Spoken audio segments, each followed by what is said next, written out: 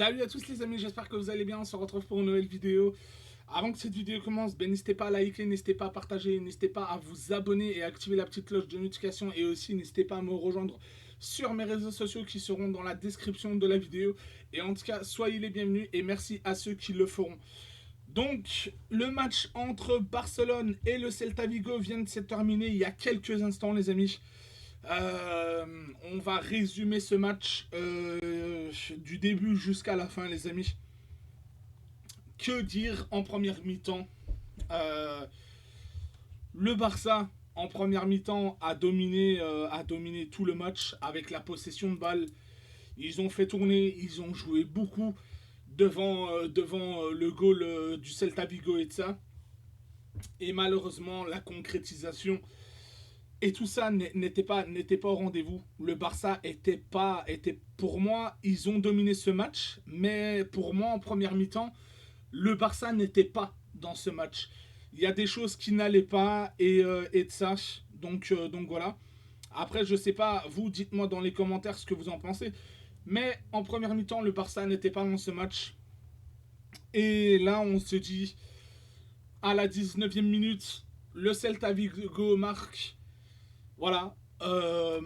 À cause de qui le Celta Vigo marque? Parce que si vous regardez l'action, si vous regardez bien l'action, si Christensen monte un peu plus haut, il met le joueur du Celta Vigo hors jeu et le Celta Vigo ne marque pas le 0-1 à la 19e minute de jeu. Il ne marque pas le 0-1. Voilà, mais malheureusement Christensen était trop bas, donc il annule le hors-jeu et ça fait 0-1 pour le Celta Vigo. Voilà, et heureusement aussi que Sterstegen nous a arrêté beaucoup d'arrêts dans cette première mi-temps parce que je pense honnêtement que le Celta Vigo aurait pu en mettre 2, voire 3 en première mi-temps. Mais voilà, mais encore une fois, on a eu le mur de Berlin dans les cages. Voilà, c'est comme ça que je l'appelle moi Sterstegen. Le mur de Berlin, les amis. Et voilà. Donc après aussi, moi je trouve...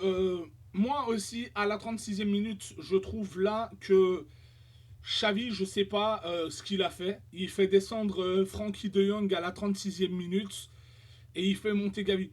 Alors là, moi je trouve ça bizarre quand même.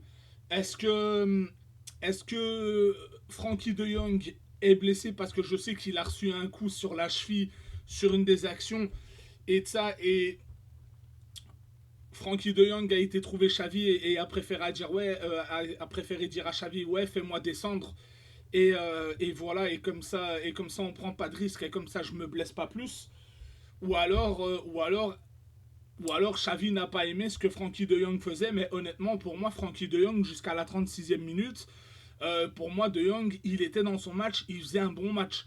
Donc voilà, ça j'ai pas compris et voilà. Mais bon, maintenant si Frankie de Jong est blessé, les amis, bien sûr, je sortirai une vidéo dès qu'on aura plus d'informations sur son éventuelle blessure à Frankie de Jong. Donc donc voilà. Mais sinon voilà, après voilà, hein, 4 minutes plus tard, Gavi fait une faute, il se ramasse jaune, il venait à peine de monter 4 minutes au jeu et il fait une faute, carton jaune.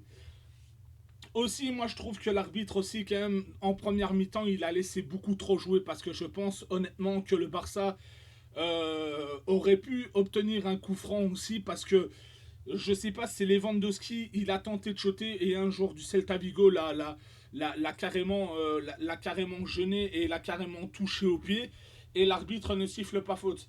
Alors là ça aussi et ça je reviendrai toujours sur ça, dès qu'on dit qu'il y a contact, il y a faute, bah alors il faut siffler. Il faut siffler. Parce que, ok, le Barça aurait pu avoir des actions et de ça, et ainsi de suite et tout. Et voilà, honnêtement. Et après là, on rentre à la mi-temps avec le 0-1. Voilà, le Celta Vigo qui rentre avec le 0-1 à la mi-temps, nous on rentre avec la défaite. Et après, Xavi fait deux changements à la mi-temps. Il fait descendre Alonso et il fait descendre Oriol Romeu. Et il fait monter Yamal et Aloro. J'avais dit qu'Aloro il allait monter en deuxième mi-temps dans le débrief du match, les amis. Donc voilà.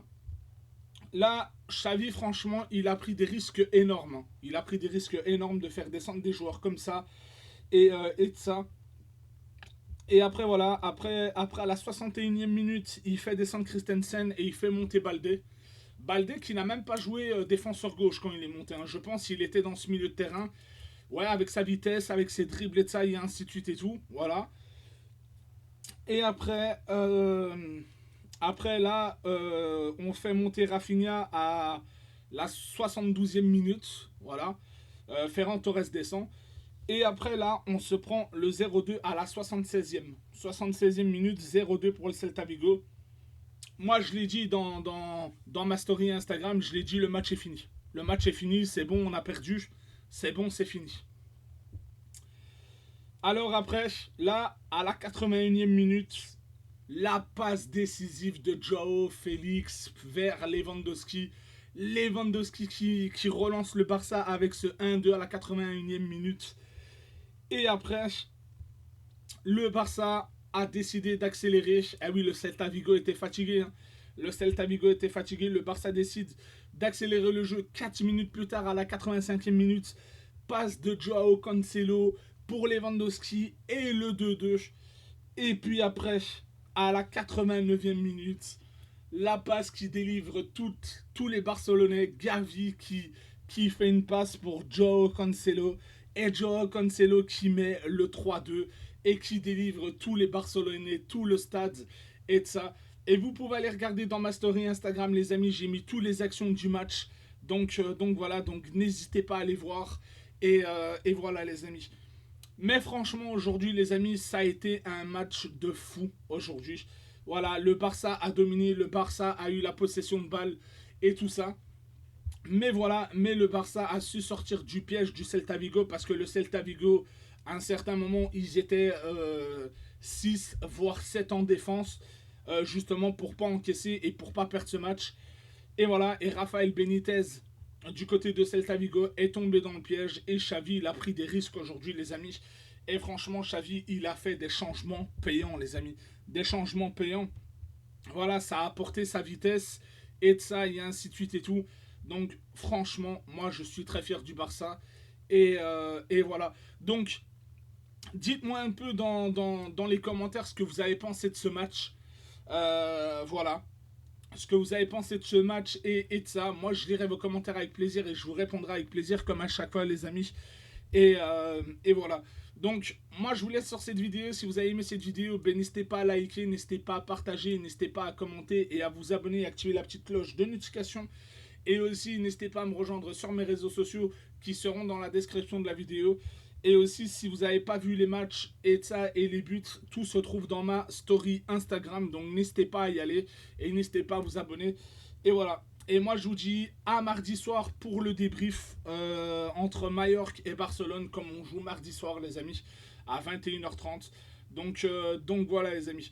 Moi, je vous laisse. Je vous dis à mardi soir pour le débrief d'avant-match entre Mallorca et Barcelone, les amis, vers 19h ou quelque chose comme ça. Et voilà, les amis. Allez, à mardi soir, les amis. Bonne soirée à tous. Et à mardi. Allez, ciao tout le monde.